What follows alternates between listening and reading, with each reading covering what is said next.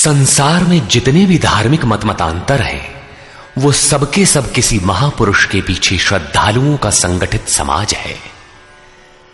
महापुरुष की एकांत भजन स्थली ही कालांतर में तीर्थ, आश्रम, मठ और मंदिरों का रूप ले लेते हैं, जहां महापुरुष के नाम पर जीविकोपार्जन से लेकर विलासिता तक के साधन जुटाए जाते हैं। गद्दियां महापुरुष के बाद बनती हैं, गद्दियों से कोई महापुरुष नहीं बनता। इसीलिए धर्म सदा से ही प्रत्यक्षदर्शी महापुरुष के क्षेत्र की वस्तु रहा है। गीता ऐसे ही निर्विवाद महापुरुष योगेश्वर भगवान श्री कृष्ण की वाणी है, जिसके चिरंतन सत्यों से आपका साक्षात करा रहा है यथार्थ गीता का ये कैसेट प्रसारण।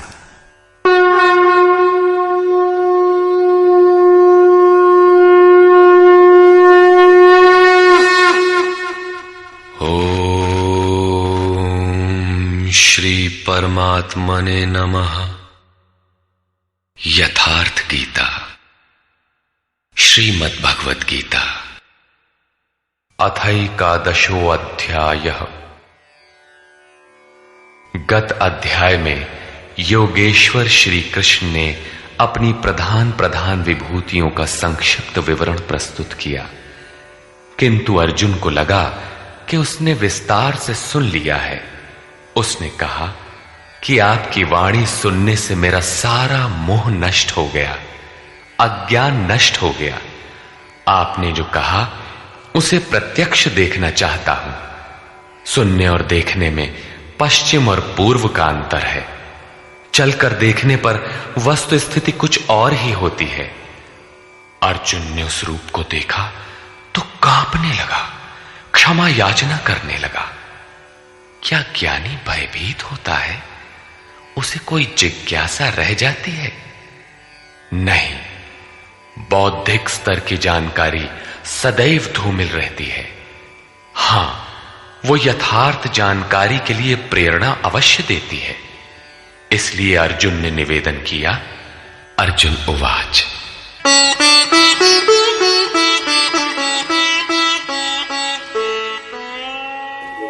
मदनुग्रहाय परमं गुह्यमध्यात्मसंगीतम् यत्त्वयोक्तं वचस्तेन मोहोऽयं विगतो मम। भगवान, मुझ पर अनुग्रह करने के लिए जो आपके द्वारा गोपनीय अध्यात्म में प्रवेश दिलाने वाला उपदेश कहा गया, उससे मेरा ये अज्ञान नष्ट हो गया, मैं ज्ञानी हो गया। भवाप्ययौ हि भूतानां श्रुतौ विस्तरशो मया त्वत्तः कमलपत्राक्ष माहात्म्यमपि चाव्ययम्। कि हे कमल नेत्र, मैंने भूतों की उत्पत्ति और प्रलय आपसे विस्तार पूर्वक सुना है तथा आपका अविनाशी प्रभाव भी सुना है। एवमेतद्यथार्थत्वम् आत्मानं परमेश्वर द्रष्टुमिच्छामि ते रूपम् ऐश्वरं पुरुषोत्तम।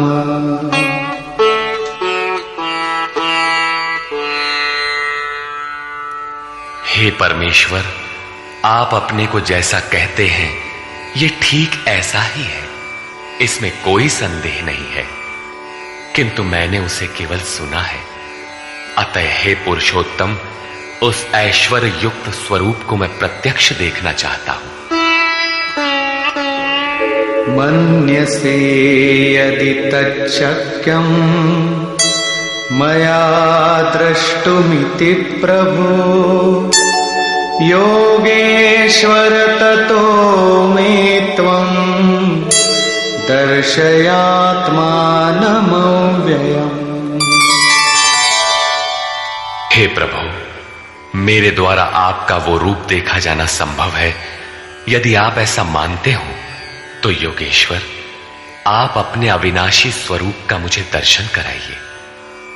इस पर योगेश्वर ने कोई प्रतिवाद नहीं किया, क्योंकि पहले भी वे स्थान स्थान पर कहे आए हैं कि तू मेरा अनन्य भक्त और प्रिय सखा है। अतः बड़ी प्रसन्नता के साथ उन्होंने अपना स्वरूप दर्शाया। श्री भगवान उवाच। पश्य मे पार्थ रूपाणि शतशोऽथ सहस्रशः नानाविधानि दिव्यानि नानावर्णाकृतीनि च। पार्थ, मेरे सैकड़ों तथा हजारों नाना प्रकार के और नाना वर्ण तथा आकृति वाले दिव्य स्वरूप को देख।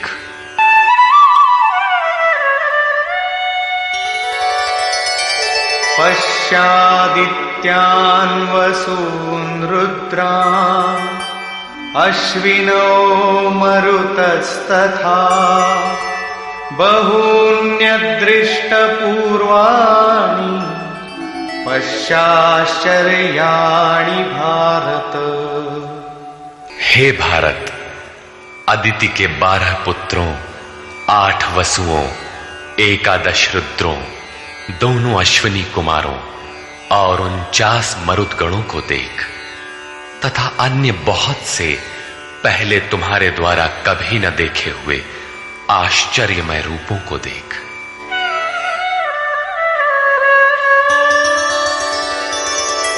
इहैकस्थं जगत्कृत्स्नं पश्याद्य सचराचरम् मम देहे गुडाकेश यच्चान्यद्द्रष्टुमिच्छसि। अर्जुन, अब मेरे इस शरीर में एक ही स्थान पर स्थित हुए चराचर सहित संपूर्ण जगत को देख, तथा और भी जो कुछ देखना चाहता है वो देख।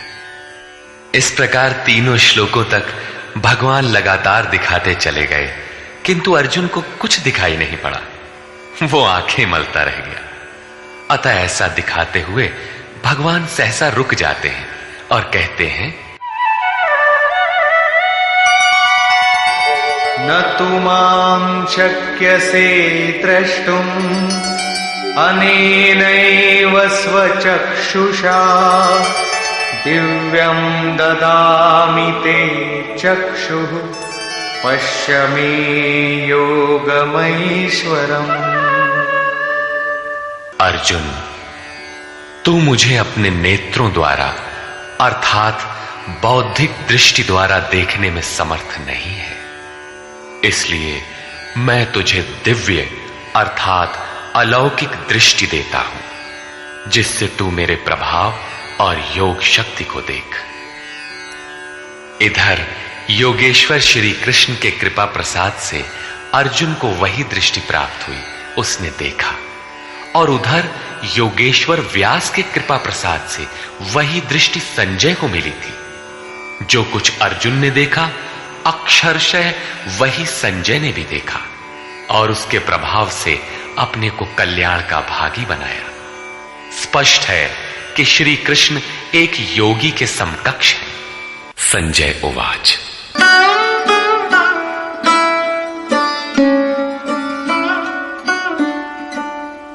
एवमुक्त्वा ततो राजन् महायोगेश्वरो हरिः दर्शयामास पार्थाय परमं रूपमैश्वरम्।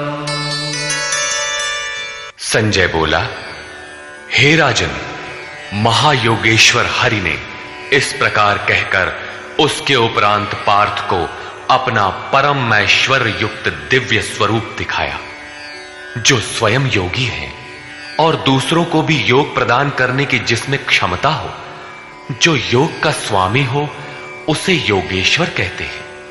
इसी प्रकार सर्वस्व का हरण करने वाला हरि है। यदि केवल दुखों का हरण किया और सुख छोड़ दिया तो दुख आएगा। अतः सब पापों के नाश के साथ सर्वस्व का हरण करके अपना स्वरूप देने में जो सक्षम है वो हरि है।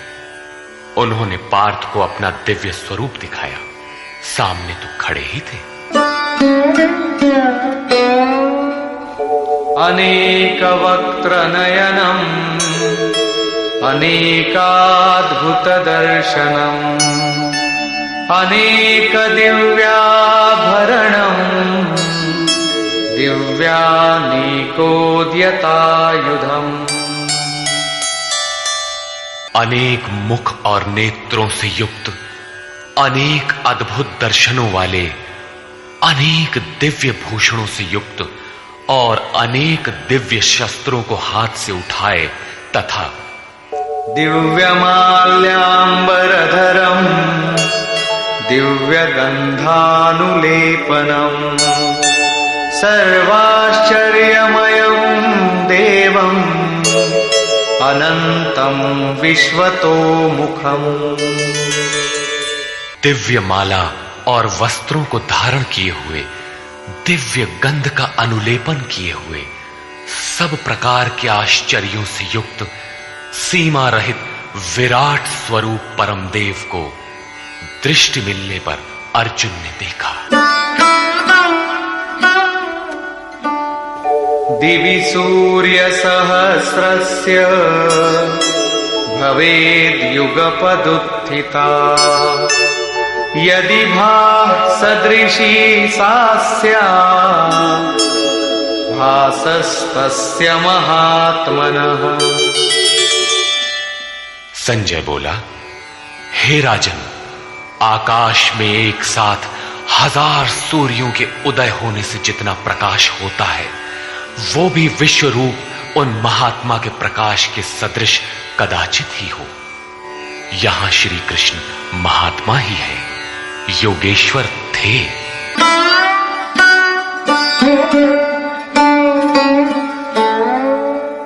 तत्रैकस्थं जगत्कृत्स्नं प्रविभक्तमनेकधा अपश्यद्देवदेवस्य शरीरे पांडवस्तदा। पांडुपुत्र अर्जुन ने, पुण्य ही पांडु है, पांडु ही अनुराग को जन्म देता है। उस समय अनेक प्रकार से विभक्त हुए संपूर्ण जगत को उन परम देव के शरीर में एक जगह स्थित देखा।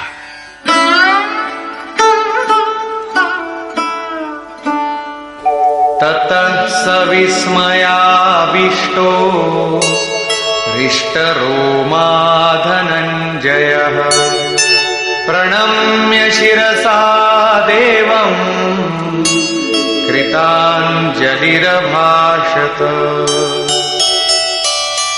इसके पश्चात आश्चर्य से युक्त हर्षित रोमों वाला वो अर्जुन परमात्मा देव को शिर से प्रणाम कर हाथ जोड़कर बोला।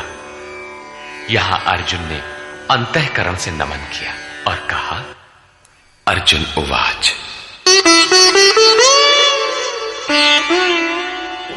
पश्यामि देवांस्तव देवदेहे सर्वांस्तथा भूतविशेषसङ्घान् ब्रह्माणमीशं कमलासनस्थं ऋषींश्च सर्वानुरगांश्च दिव्यान्। हे देव, आपके शरीर में मैं संपूर्ण देवों को तथा अनेक भूतों के समुदायों को, कमल के आसन पर बैठे हुए ब्रह्मा को, महादेव को, संपूर्ण ऋषियों को तथा दिव्य सर्पों को देखता हूं। यह प्रत्यक्ष दर्शन था, कोरी कल्पना नहीं। किंतु ऐसा तभी संभव है जब योगेश्वर पूर्णत्व प्राप्त महापुरुष हृदय से दृष्टि प्रदान करे। ये साधन गम्य है। अनेक बाहूदर वक्त्र नेत्रम् पश्यामि त्वां सर्वतोऽनन्तरूपम् नान्तं न मध्यं न पुनस्तवादिम् पश्यामि विश्वेश्वर विश्वरूप। विश्व के स्वामी, मैं आपको अनेक हाथ, पेट, मुख और नेत्रों से संयुक्त तथा सब ओर से अनंत रूपों वाला देखता हूं। हे विश्वरूप, न मैं आपके आदि को, न मध्य को और न अंत को ही देखता हूं, अर्थात आपके आदि, मध्य और अंत का निर्णय नहीं कर पा रहा हूं। किरीटिनं गदिनं चक्रिणं च तेजो राशिं सर्वतो दीप्तिमन्तम् पश्यामि त्वां दुर्निरीक्षं समन्तात् दीप्तानलार्कद्युतिमप्रमेयम्। मैं आपको मुकुट युक्त, गदा युक्त, चक्र युक्त, सब ओर से प्रकाशमान तेज पुंज स्वरूप, प्रज्वलित अग्नि और सूर्य के सदृश, देखने में दुष्कर अर्थात कठिनाई से देखा जाने वाला और सब ओर से बुद्धि आदि से ग्रहण न हो सकने वाला अप्रमेय देखता हूं। इस प्रकार संपूर्ण इंद्रियों से पूर्णतया समर्पित होकर योगेश्वर श्री कृष्ण को इस रूप में देखकर अर्जुन उनकी स्तुति करने लगा। त्वमक्षरं परमं वेदितव्यम् त्वमस्य विश्वस्य परं निधानम् त्वमव्ययः शाश्वतधर्मगोप्ता सनातनस्त्वं पुरुषो मतो मे। भगवान, आप जानने योग्य परम अक्षर अर्थात अक्षय परमात्मा है। आप इस जगत के परम आश्रय हैं।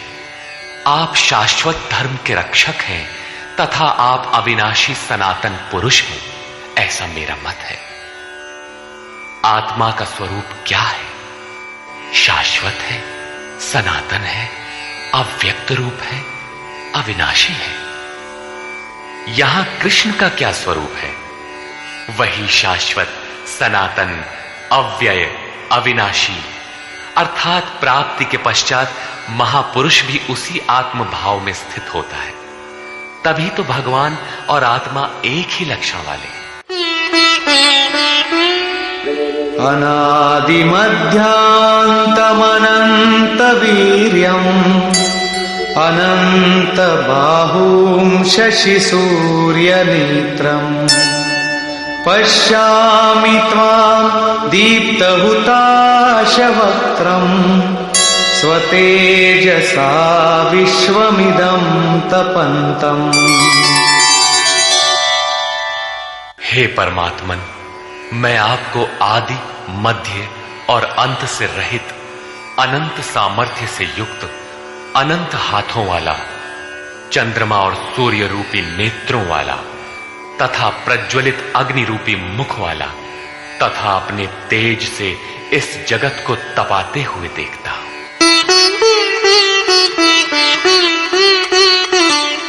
द्यावा पृथिव्योरिदमन्तरं हि व्याप्तं त्वयैकेन दिशश्च सर्वाः दृष्ट्वाद्भुतं रूपमुग्रं तवेदं लोकत्रयं प्रव्यथितं महात्मन्।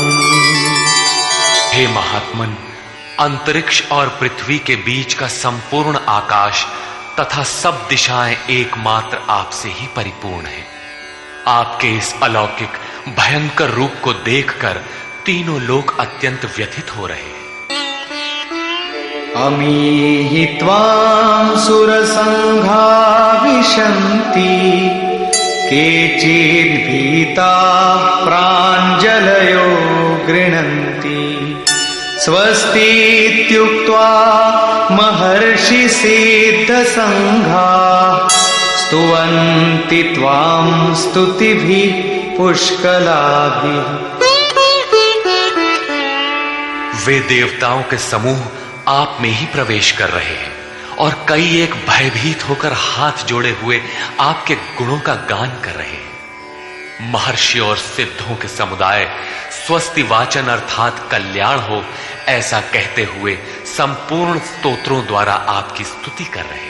रुद्रादित्या वसवो ये च साध्या विश्वेश्विनो मरुतश्चोष्मपाश्च गन्धर्वयक्षासुरसिद्धसङ्घा वीक्षन्ते त्वां विस्मिताश्चैव सर्वे। रुद्र, आदित्य, वसु, साध्य, विश्वदेव, अश्वनी कुमार, वायुदेव और पितरों तथा गंधर्व, यक्ष, राक्षस और सिद्धों के समुदाय सभी आश्चर्य से आपको देख रहे हैं, अर्थात देखते हुए भी समझ नहीं पा रहे, क्योंकि उनके पास वो दृष्टि ही नहीं है। कृष्ण ने पीछे बताया था कि आसुरी स्वभाव वाले लोग मुझे तुच्छ कहकर संबोधित करते हैं, सामान्य मनुष्य जैसा मानते हैं, जबकि मैं परम भाव में परमेश्वर रूप में स्थित हूं।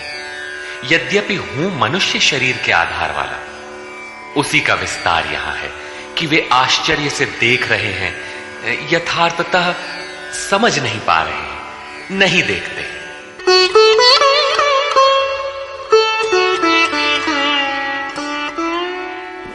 रूपं महत्ते बहुवक्त्र नेत्रं महाबाहो बहुबाहुरुपादं बहूदरं बहुदंष्ट्राकरालं दृष्ट्वा लोका प्रव्यथितास्तथाहम्।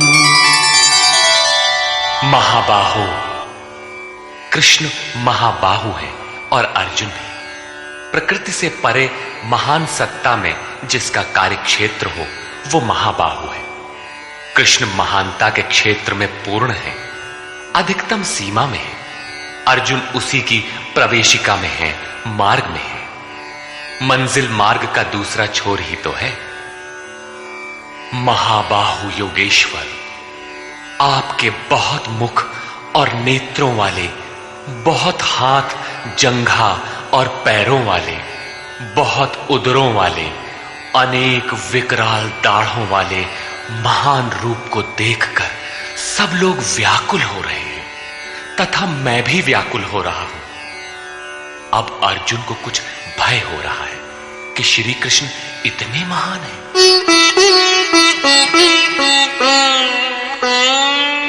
नभस्पृशं दीप्तमनेकवर्णं व्यात्ताननं दीप्तविशालनेत्रं दृष्ट्वा हि त्वां प्रव्यथितान्तरात्मा धृतिं न विन्दामि शमं च विष्णो। विश्व में सर्वत्र अणुरूप से व्याप्त हे विष्णु, आकाश को स्पर्श किए हुए प्रकाशमान अनेक रूपों से युक्त फैलाए हुए मुख और प्रकाशमान विशाल नेत्रों से युक्त आपको देखकर विशेष रूप से भयभीत अंतःकरण वाला मैं धैर्य और मन के समाधान रूपी शांति को नहीं पा रहा। दंष्ट्राकरालानि च ते मुखानि दृष्ट्वैव कालानलसन्निभानि दिशो न जाने न लभे च शर्म प्रसीद देवेश जगन्निवास। आपके विकराल दाढ़ों वाले और कालाग्नि के समान प्रज्वलित मुखों को देखकर मैं दिशाओं को नहीं जान पा रहा हूं। चारों ओर प्रकाश देखकर दिशा भ्रम हो रहा है। आपका ये रूप देखते हुए मुझे सुख भी नहीं मिल रहा है। देवेश, हे जगन निवास, आप प्रसन्न हो। अमी च त्वां धृतराष्ट्रस्य पुत्राः सर्वे सहैवावनिपालसङ्घैः भीष्मो द्रोणः सूतपुत्रस्तथासौ सहास्मदीयैरपि योधमुख्यैः। वे सभी धृतराष्ट्र के पुत्र राजाओं के समुदाय सहित आप में प्रवेश कर रहे हैं, और भीष्म पितामह, द्रोणाचार्य तथा वो कर्ण जिससे अर्जुन बहुत भयभीत था, वो कर्ण एवं हमारी ओर के भी प्रधान योद्धाओं सहित सब के सब वक्त्राणि ते त्वरमाणा विशन्ति दंष्ट्राकरालानि भयानकानि केचिद्विलग्ना दशनान्तरेषु सन्दृश्यन्ते चूर्णितैरुत्तमाङ्गैः। बड़े वेग से आपके विकराल दाढ़ों वाले भयानक मुखों में प्रवेश कर रहे हैं तथा उनमें से कितने ही चूर्ण हुए सिरों सहित आपके दांतों के बीच में लगे हुए दिखाई पड़ रहे हैं। वे किस वेग से प्रवेश कर रहे हैं, अब उनका वेग देखिए। यथा नदीनां बहवोऽम्बुवेगाः समुद्रमेवाभिमुखा द्रवन्ति तथा तवामी नरलोकवीरा विशन्ति वक्त्राण्यभिविज्वलन्ति।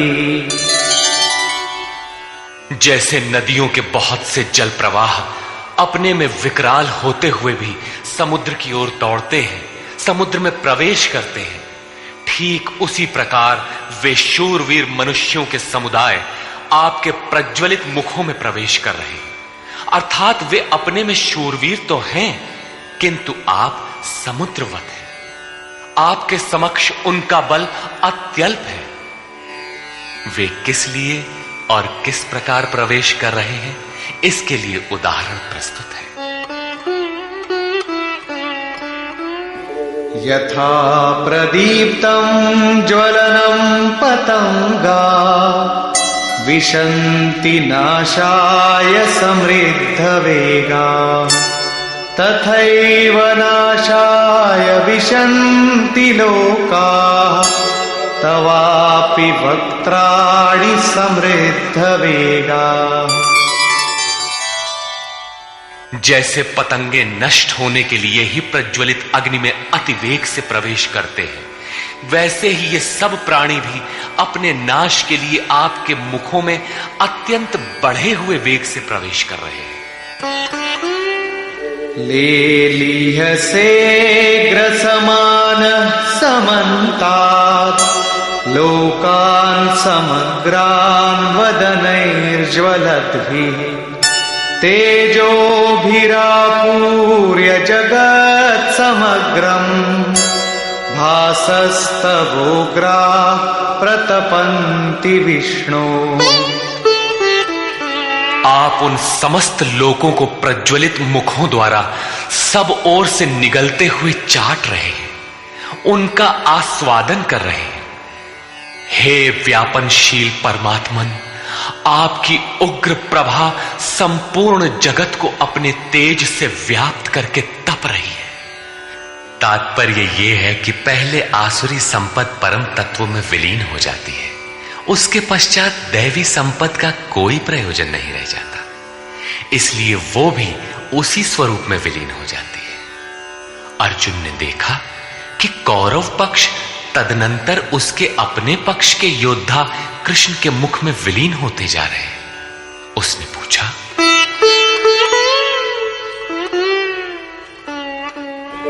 आख्याहि मे को भवानुग्र रूपो नमोस्तु ते देववर प्रसीद। विज्ञातुमिच्छामि भवन्तमाद्यं न हि प्रजानामि तव प्रवृत्तिम्। मुझे बताइए कि भयंकर आकार वाले आप कौन हैं? हे देवों में श्रेष्ठ, आपको नमस्कार है। आप प्रसन्न हो। आदि स्वरूप, मैं आपको भली प्रकार जानना चाहता हूं। जैसे आप कौन हैं, क्या करना चाहते हैं? क्योंकि आपकी प्रवृत्ति अर्थात चेष्टाओं को नहीं समझ पा रहा हूं। इस पर योगेश्वर श्री कृष्ण बोले। श्री भगवान उवाच, कालोऽस्मि लोकक्षयकृत् प्रवृद्धो लोकान् समाहर्तुमिह प्रवृत्तः। ऋतेऽपि त्वां न भविष्यन्ति सर्वे येव स्थिताः प्रत्यनीकेषु योधाः।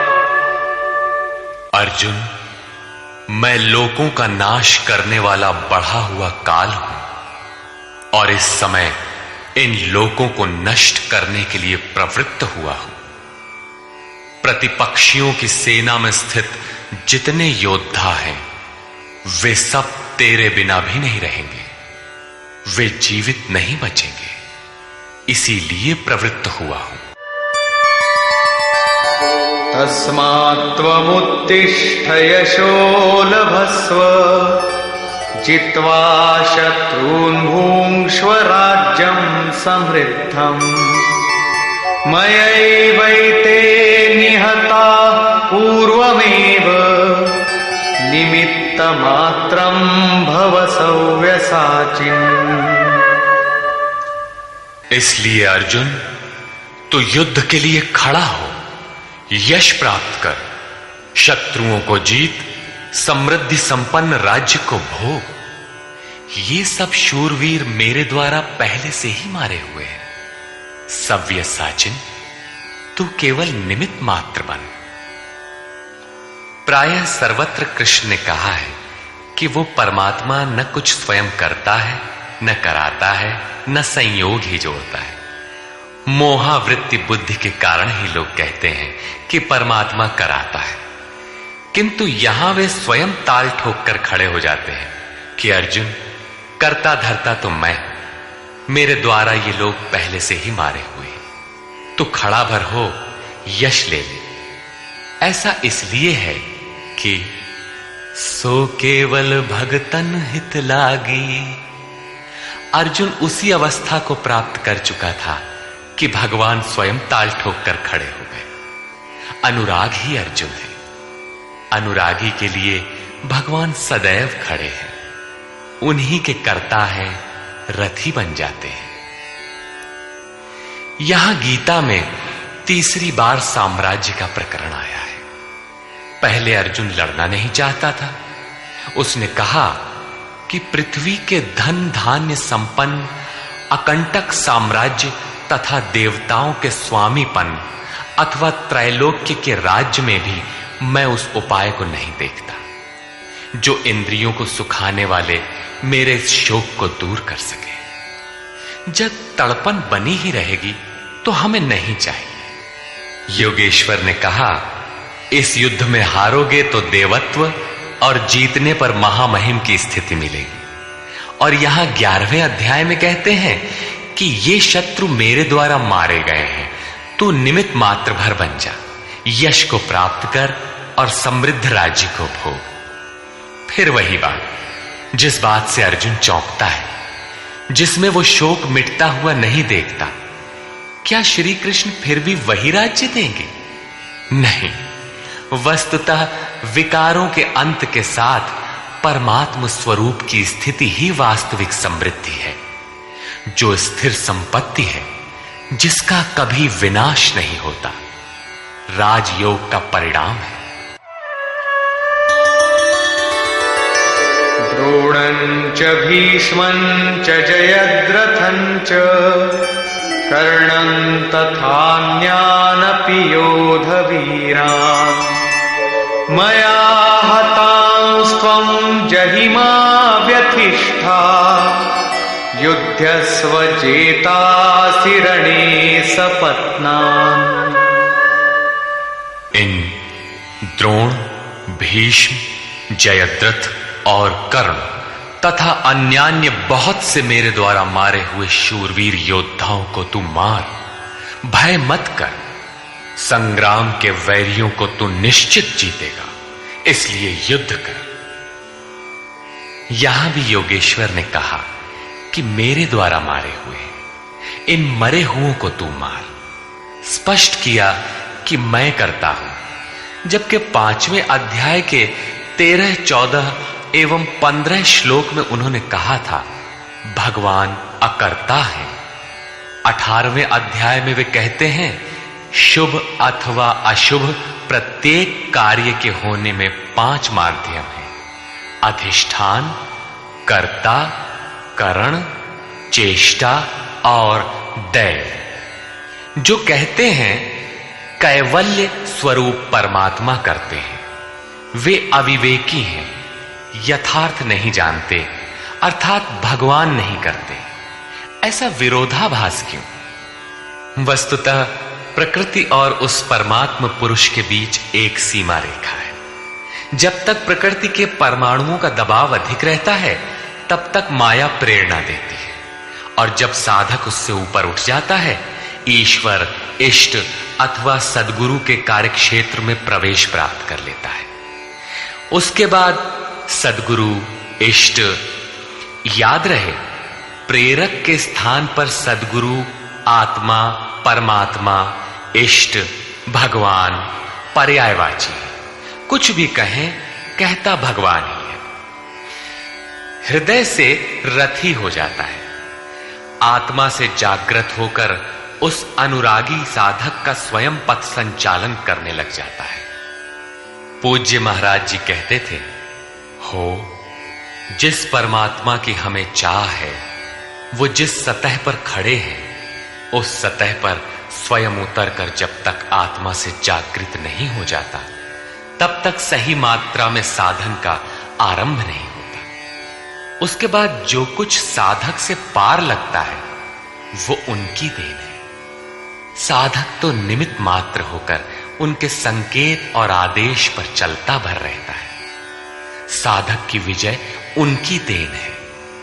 ऐसे अनुरागी के लिए ईश्वर अपनी दृष्टि से देखता है, दिखाता है और अपने स्वरूप तक पहुंचाता है। यही श्री कृष्ण कहते हैं, मेरे द्वारा मारे हुए इन बैरियों को मार, निश्चय ही तुम्हारी विजय होगी, मैं जो खड़ा हूं। संजय उवाच।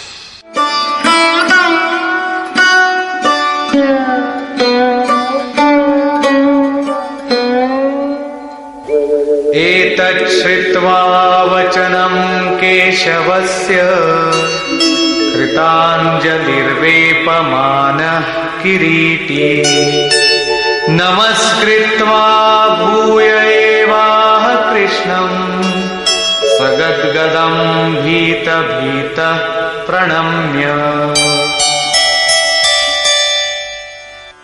संजय बोला, जो कुछ अर्जुन ने देखा ठीक वैसा ही संजय ने देखा है। अज्ञान से आच्छादित मन ही अंधा धृतराष्ट्र है, लेकिन ऐसा मन भी संयम के माध्यम से भली प्रकार देखता, सुनता और समझता है। केशव के इन उपर्युक्त वचनों को सुनकर किरीटधारी अर्जुन भयभीत होकर कांपता हुआ हाथ जोड़कर नमस्कार करके फिर श्री कृष्ण से इस प्रकार गदगद वाणी में ही बोला। अर्जुन उवाच। स्थाने ऋषिकेश तव प्रकीर्त्या जगत् प्रहृष्यत्यनुरज्यते च रक्षांसि भीतानि दिशो द्रवन्ति सर्वे नमस्यन्ति च सिद्धसंघाः। हे अंतर्यामिन ऋषिकेश, ये उचित ही है कि आपकी कीर्ति से संसार हर्षित होता है और अनुराग को प्राप्त होता है। आपकी ही महिमा से भयभीत हुए राक्षस दिशाओं में भागते हैं और सब सिद्ध गणों के समुदाय आपकी महिमा को देखकर नमस्कार करते हैं।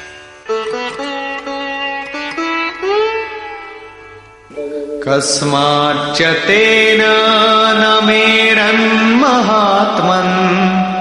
गरीयसे ब्रह्मणोऽप्यादिकर्त्रे अनंत देवेश जगन्निवास त्वमक्षरं सदसत्तत्परं यत्। हे महात्मन, ब्रह्मा के भी आदिकर्ता और सबसे बड़े, आपके लिए वे सब कैसे नमस्कार न करें, क्योंकि हे अनंत, हे देवेश, हे जगन निवास, सत असत और उनसे भी परे अक्षर अर्थात अक्षय स्वरूप आप ही हैं।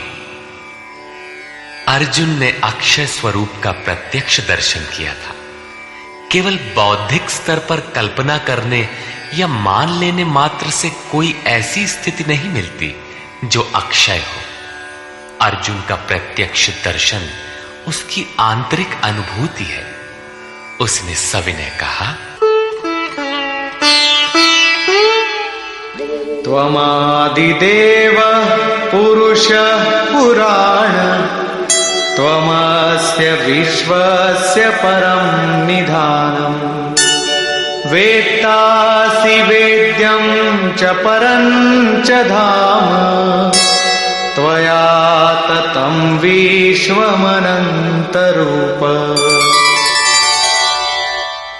आप आदिदेव और सनातन पुरुष हैं। आप इस जगत के परम आश्रय और जानने वाले हैं, जानने योग्य हैं तथा परम धाम है। हे अनंत स्वरूप, आपसे ये संपूर्ण जगत व्याप्त है। आप सर्वत्र हैं। वायुर्यमोऽग्निर्वरुण शशाङ्कः प्रजापतिस्त्वं प्रपितामहश्च नमो नमस्तेऽस्तु सहस्रकृत्वः पुनश्च भूयोऽपि नमो नमस्ते। आप ही वायु, यमराज, अग्नि, वरुण, चंद्रमा तथा प्रजा के स्वामी ब्रह्मा और ब्रह्मा के भी पिता हैं। आपको हजारों बार नमस्कार है, फिर भी बार बार नमस्कार है। अतिशय श्रद्धा और भक्ति के कारण नमन करते हुए अर्जुन को तृप्ति नहीं हो रही है। वो कहता है, नमः पुरस्तादथ पृष्ठतस्ते नमोऽस्तु ते सर्वत एव सर्व अनन्तवीर्यामितविक्रमस्त्वं सर्वं समाप्नोषि ततोऽसि सर्वः। हे अत्यंत सामर्थ्य वाले, आपको आगे से और पीछे से भी नमस्कार हो। हे सर्वात्मन, आपको सब ओर से ही नमस्कार हो, क्योंकि हे अत्यंत पराक्रमशाली, आप सब ओर से संसार को व्याप्त किए हुए, इसलिए आप ही सर्वरूप और सर्वत्र हैं। इस प्रकार बार बार नमस्कार करके भयभीत अर्जुन अपनी भूलों के लिए क्षमा याचना करता है।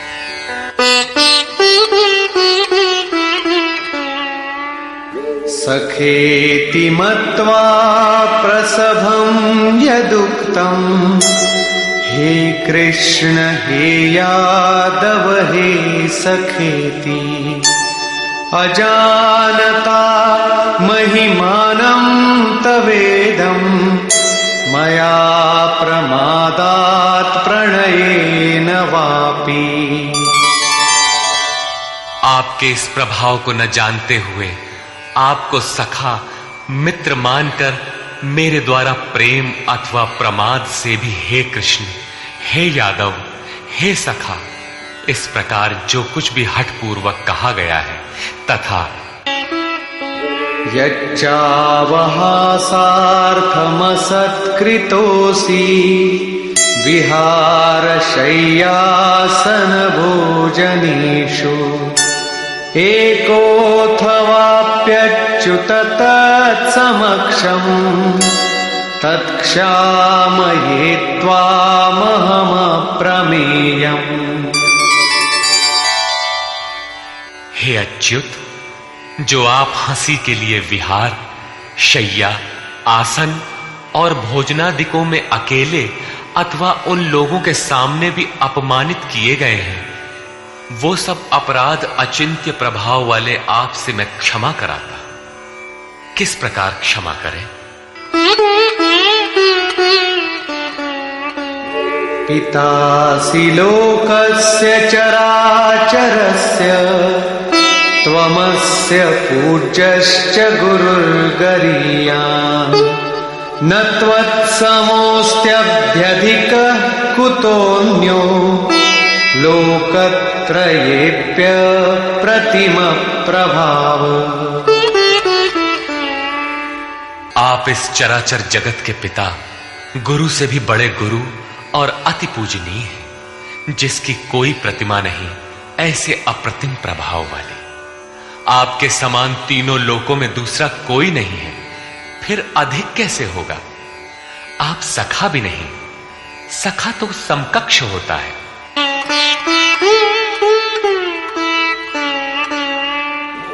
तस्मात् प्रणम्य प्रणिधाय कायम् प्रसादये त्वामहमीशमीड्यम्।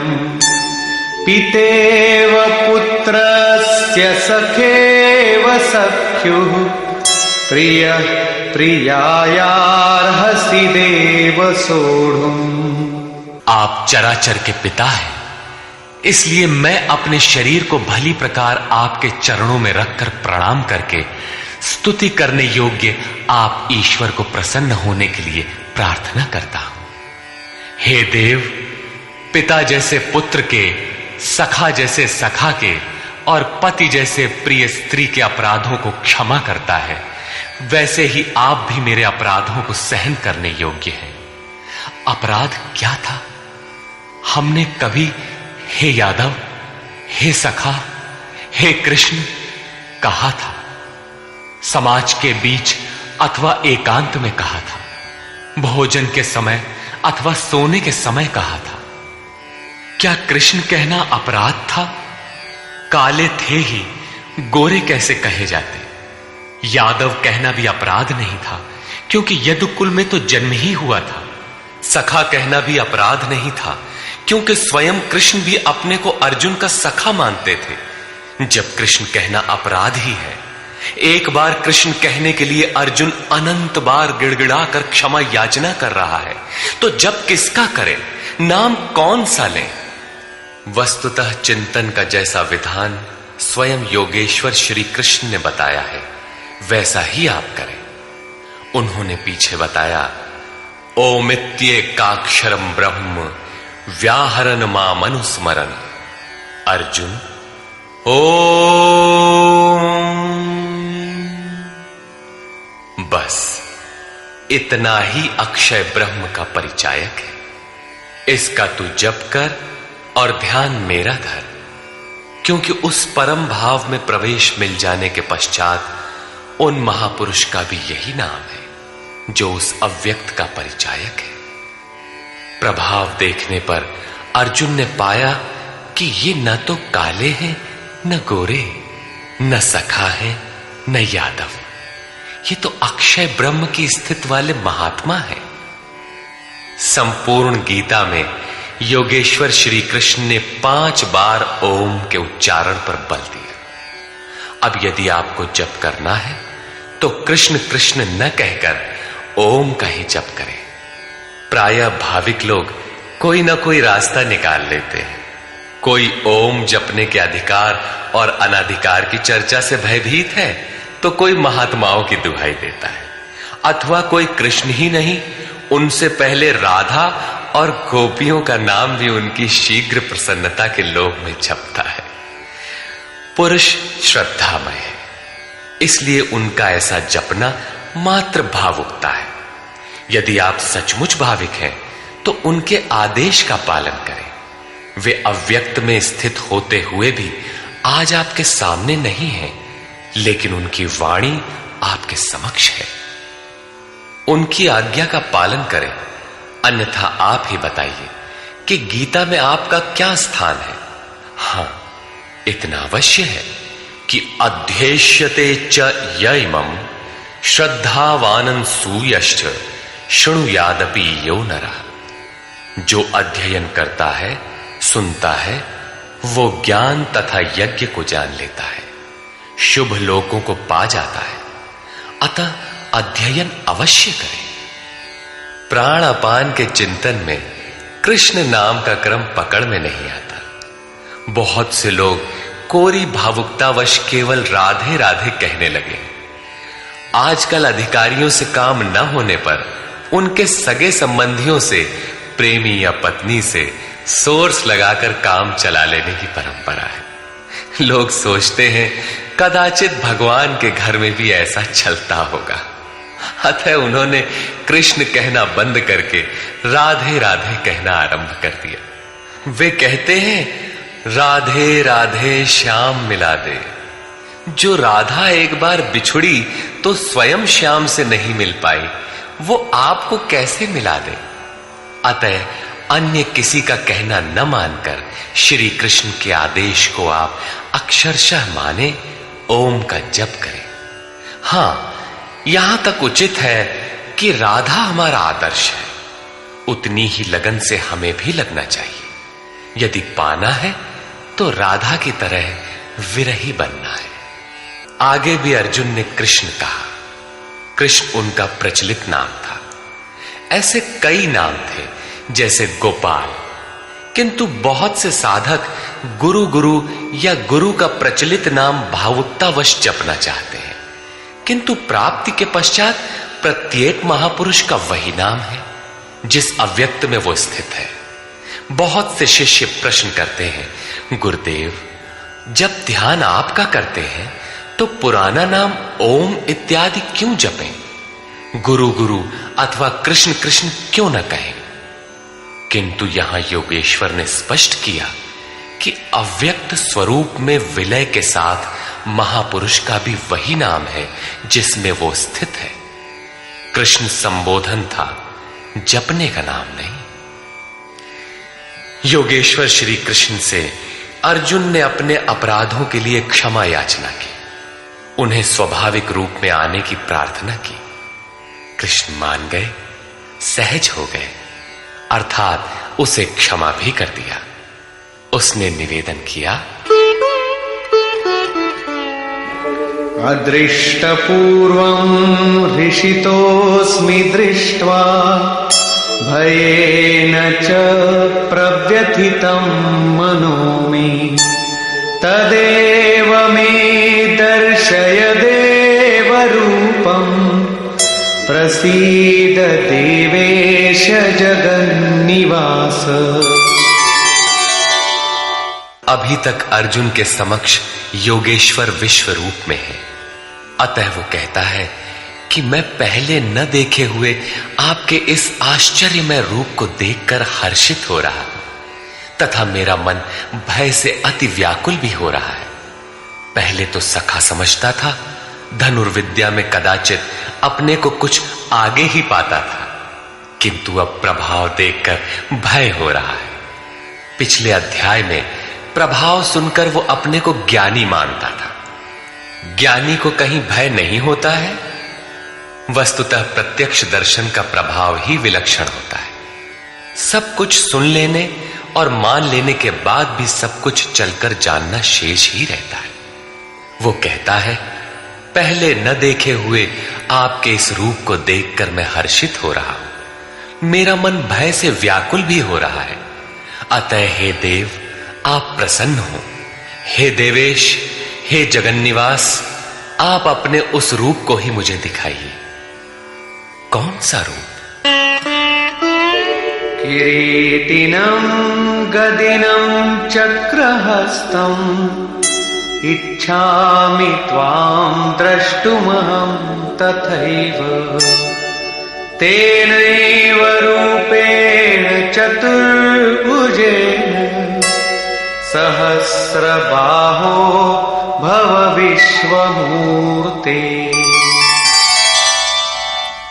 मैं आपको वैसे ही अर्थात पहले की ही तरह सिर पर मुकुट धारण किए हुए, हाथ में गदा और चक्र लिए हुए देखना चाहता हूं। इसलिए हे विश्वरूप, हे सहस्त्र बाहु, आप अपने उसी चतुर्भुज स्वरूप में होइए। कौन सा रूप देखना चाहा? चतुर्भुज रूप। अब देखना है कि चतुर्भुज रूप है क्या। श्री भगवान उवाच।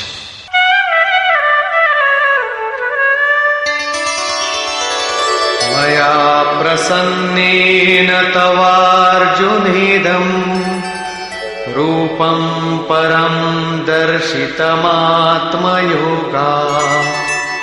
तेजोमयं विश्वमनन्तमाद्यं यन्मे त्वदन्येन न दृष्टपूर्वम्। इस प्रकार अर्जुन की प्रार्थना सुनकर श्री कृष्ण बोले, अर्जुन, मैंने अनुग्रह पूर्वक अपनी योग शक्ति के प्रभाव से अपना परम तेजोमय, सबका आदि और सीमा रहित विश्व रूप तुझे दिखाया है, जिसे तेरे सिवाय दूसरे किसी ने पहले कभी नहीं देखा। न वेदयज्ञाध्ययनैर्न दानैः न च क्रियाभिर्न तपोभिरुग्रैः एवं रूपः शक्य अहं त्रिलोके द्रष्टुं त्वदन्येन कुरु प्रवीर। अर्जुन, इस मनुष्य लोक में इस प्रकार विश्व रूप वाला मैं न वेद से, न यज्ञ से, न अध्ययन से, न क्रिया से, न उग्र तप से और न तेरे सिवाय किसी अन्य से देखा जाने को संभव हूं। अर्थात तेरे सिवाय ये रूप अन्य कोई देख नहीं सकता। तब तो गीता आपके लिए बेकार है। भगवत दर्शन की भी योग्यताएं अर्जुन तक सीमित रह गई, जबकि पीछे बताए आए हैं कि अर्जुन, राग, भय और क्रोध से रहित अनन्य मन से मेरी शरण हुए बहुत से लोग ज्ञान रूपी तप से पवित्र होकर साक्षात मेरे स्वरूप को प्राप्त हो चुके हैं। यहां कहते हैं, तेरे सिवाय न कोई देख सका है और न भविष्य में कोई देख सकेगा। अतः अर्जुन कौन है? क्या कोई पिंडधारी है? कोई शरीरधारी है? नहीं, वस्तुतः अनुराग ही अर्जुन है। अनुराग विहीन पुरुष न कभी देख सका है और न भविष्य में कभी देख सकेगा। सब ओर से चित्त समेटकर एकमात्र इष्ट के अनुरूप राग ही अनुराग है। अनुरागी के लिए ही प्राप्ति का विधान है। माते व्यथा मा च विमूढ़ भावो दृष्ट्वा रूपं घोरमीद्रिं ममेदम् व्यपेतभिः प्रीतमनाः पुनस्त्वं तदेव मे रूपमिदं प्रपश्य। इस प्रकार के मेरे इस विकराल रूप को देखकर तुझे व्याकुलता न हो और मूढ़ भाव भी न हो कि घबराकर अलग हो जाओ। अब तू भय रहित और प्रीति युक्त मन से उसी मेरे इस रूप को अर्थात चतुर्भुज रूप को फिर देख। संजय उवाच। इत्यर्जुनं वासुदेवस्तथोक्त्वा स्वकं रूपं दर्शयामास भूयः आश्वासयामास च भीतमेनं भूत्वा पुनः सौम्य वपुर्महात्मा। संजय बोला, सर्वत्र वास करने वाले देव उन वासुदेव ने अर्जुन से इस प्रकार कहकर फिर वैसे ही अपने रूप को दिखाया। फिर महात्मा कृष्ण ने सौम्य वपुः अर्थात प्रसन्न होकर भयभीत अर्जुन को धैर्य दिया। अर्जुन बोला, अर्जुन उवाच,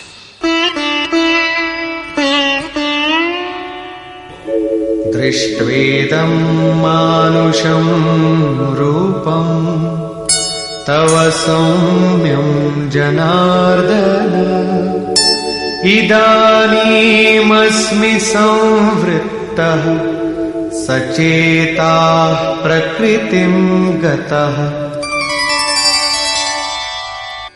जनार्दन, आपके इस अत्यंत शांत मनुष्य रूप को देखकर अब मैं प्रसन्न चित्त हुआ और अपने स्वभाव को प्राप्त हो गया हूं। अर्जुन ने कहा था कि भगवान, अब आप मुझे उसी चतुर्भुज स्वरूप का दर्शन कराइए। योगेश्वर ने कराया भी, किंतु अर्जुन ने जब देखा तो क्या पाया? मानुषम रूपम, मनुष्य के रूप को देखा। वस्तुतः प्राप्ति के पश्चात महापुरुष ही चतुर्भुज और अनंत भुज कहलाते हैं। दो भुजा वाला महापुरुष तो अनुरागी के समक्ष बैठा ही है, किंतु अन्यत्र कहीं से कोई स्मरण करता है तो वही महापुरुष उस स्मरणकर्ता से जागृत होकर उसका भी मार्गदर्शन करता है। भुजा कार्य का प्रतीक है। वे भीतर भी कार्य करते हैं, बाहर भी। यही चतुर्भुज स्वरूप है। उनके हाथों में शंख, चक्र, गदा और पद्म क्रमशः वास्तविक लक्ष्य घोष, साधन चक्र का प्रवर्तन, इंद्रियों का दमन और निर्मल निर्लेप कार्य क्षमता का प्रतीक मात्र है। यही कारण है कि चतुर्भुज रूप में उन्हें देखने पर भी अर्जुन ने उन्हें मनुष्य रूप में ही पाया। चतुर्भुज महापुरुषों के शरीर और स्वरूप से कार्य करने की विधि विशेष का नाम है, न कि चार हाथ वाले कोई कृष्ण थे। श्री भगवानुवाच, सुदुर्दर्शमिदं रूपं दृष्टवानसि यन्मम देवाप्यस्य रूपस्य नित्यं दर्शनकांक्षिणः। महात्मा श्री कृष्ण ने कहा, अर्जुन, मेरा ये रूप देखने को अति दुर्लभ है, जैसा कि तूने देखा है, क्योंकि देवता भी सदा इस रूप के दर्शन की इच्छा रखते हैं। वस्तुतः सभी लोग संत को पहचान ही नहीं पाते। पूज्य सत्संगी महाराज अंतः प्रेरणा वाले पूर्ण महापुरुष थे, लेकिन उन्हें लोग पागल समझते रहे। किसी किसी पुण्यात्मा को आकाशवाणी हुई कि ये सद्गुरु हैं। केवल उन्होंने उन्हें हृदय से पकड़ा, उनके स्वरूप को पाया और अपनी गति पा ली। यही श्री कृष्ण कहते हैं कि जिनके हृदय में दैवी संपद जागृत है, वे देवता भी सदा इस रूप के दर्शन की आकांक्षा रखते हैं। तो क्या यज्ञ, दान अथवा वेदाध्ययन से आप देखे जा सकते हैं? वे महात्मा कहते हैं,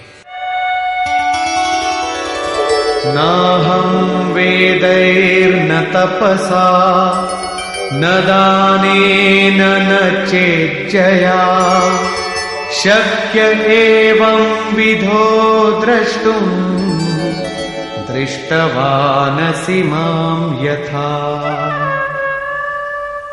न वेदों से, न तप से, न दान से और न यज्ञ से मैं इस प्रकार देखा जाने को सुलभ हूं जिस प्रकार तूने देखा है। तब क्या आपको देख पाने का कोई उपाय नहीं है? वे महात्मा कहते हैं, एक उपाय है। भक्त्या त्वनन्यया शक्य अहमेवं विधोऽर्जुन ज्ञातुं द्रष्टुं च तत्त्वेन प्रवेष्टुं च परन्तप। हे श्रेष्ठ तप वाले अर्जुन, अनन्य भक्ति द्वारा अर्थात सिवाय मेरे अन्य किसी देवता का स्मरण न करते हुए अनन्य श्रद्धा से तो मैं इस प्रकार प्रत्यक्ष देखने के लिए, तत्व से साक्षात जानने के लिए तथा प्रवेश करने के लिए भी सुलभ हूं। अर्थात उसकी प्राप्ति का एकमात्र सुगम माध्यम अनन्य भक्ति है। अंत में ज्ञान भी अनन्य भक्ति में परिणत हो जाता है, जैसा कि पीछे अध्याय 7 में द्रष्टव्य है।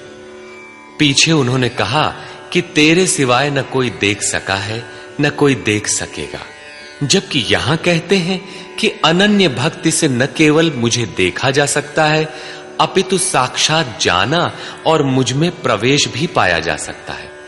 अर्थात अर्जुन अनन्य भक्त का नाम है, एक अवस्था का नाम है। अनुराग ही अर्जुन है। अंत में योगेश्वर श्री कृष्ण कहते हैं, मत्कर्म कृन्मत्परमो मद्भक्तः संगवर्जितः निर्वैरः सर्वभूतेषु यः स मामेति पांडव। हे अर्जुन, जो पुरुष मेरे द्वारा निर्दिष्ट कर्म अर्थात नियत कर्म यज्ञार्थ कर्म करता है, मत्परमः मेरे परायण होकर करता है, जो मेरा अनन्य भक्त है, संगवर्जितः किंतु संग दोष में रहते हुए वह कर्म नहीं हो सकता, अतः संग दोष से रहित होकर संपूर्ण भूत प्राणियों में बैर भाव से रहित है, वो मुझे प्राप्त होता है। तो क्या अर्जुन ने युद्ध किया? प्रण करके क्या उसने जयद्रथादि को मारा? निर्वैरः सर्वभूतेषु, यदि उन्हें मारता है तो भगवान को न देख पाता, जबकि अर्जुन ने देखा है। इससे सिद्ध है कि गीता में एक भी श्लोक ऐसा नहीं है जो बाह्य मारकाट का समर्थन करता हो।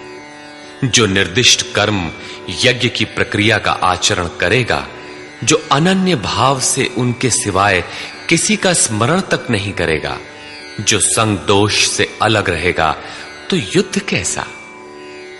जब आपके साथ कोई है ही नहीं तो आप युद्ध किससे करेंगे? संपूर्ण भूत प्राणियों में जो बैर भाव से रहित है, मन से भी किसी को सताने की कल्पना न करे, वही मुझे प्राप्त होता है। तो क्या अर्जुन ने लड़ाई ली?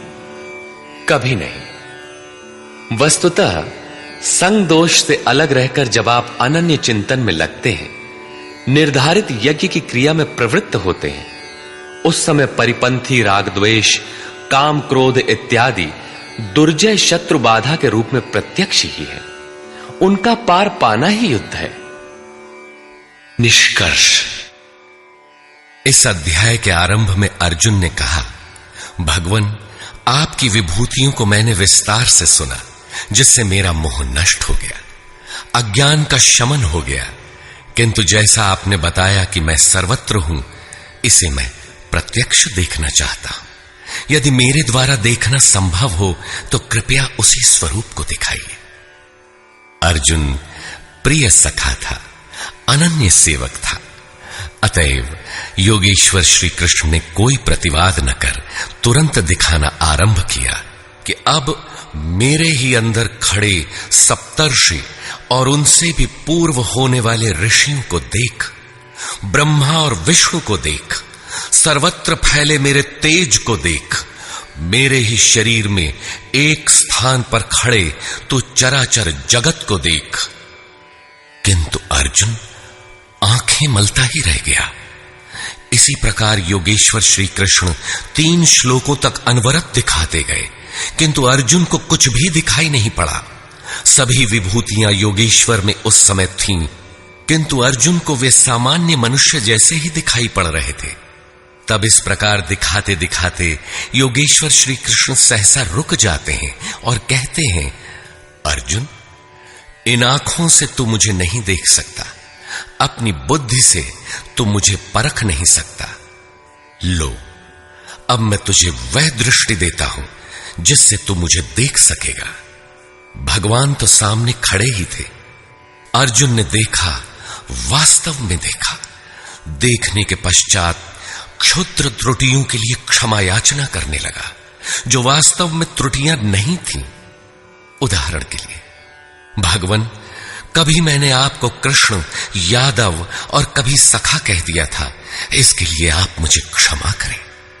श्री कृष्ण ने क्षमा भी किया, क्योंकि अर्जुन की प्रार्थना स्वीकार कर वे सौम्य स्वरूप में आ गए, धीरज बंधाया।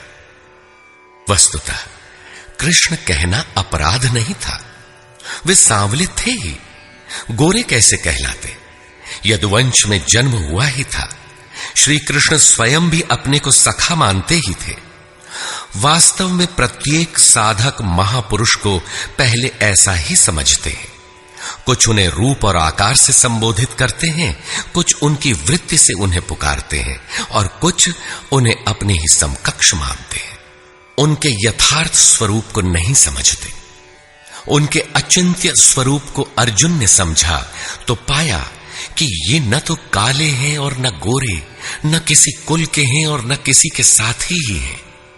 इनके समान कोई है ही नहीं, तो सखा कैसा, बराबर कैसा? यह तो अचिंत्य स्वरूप है। जिसे यह स्वयं दिखा दे वही इन्हें देख पाता है। अतः अर्जुन ने अपनी प्रारंभिक भूलों के लिए क्षमा याचना की। प्रश्न उठता है कि जब कृष्ण कहना अपराध है तो उनका नाम जपा कैसे जाए? तो जिसे योगेश्वर श्री कृष्ण ने जपने के लिए स्वयं बल दिया, जपने की जो विधि बताई, उसी विधि से आप चिंतन स्मरण करें। वह है ओमित्येकाक्षरम ब्रह्म व्याहरन् मामनुस्मरन्। ओम अक्षय ब्रह्म का पर्याय है। ओ अहम स ओम। जो व्याप्त है वह सत्ता मुझ में छिपी है। यही है ओम का आशय। आप इसका जप करें और ध्यान मेरा करें। रूप अपना, नाम ओम का बताया।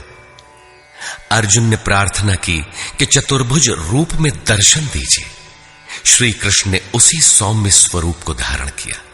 अर्जुन ने कहा, भगवान, आपके सौम्य मानव स्वरूप को देखकर अब मैं प्रकृतिस्थ हुआ।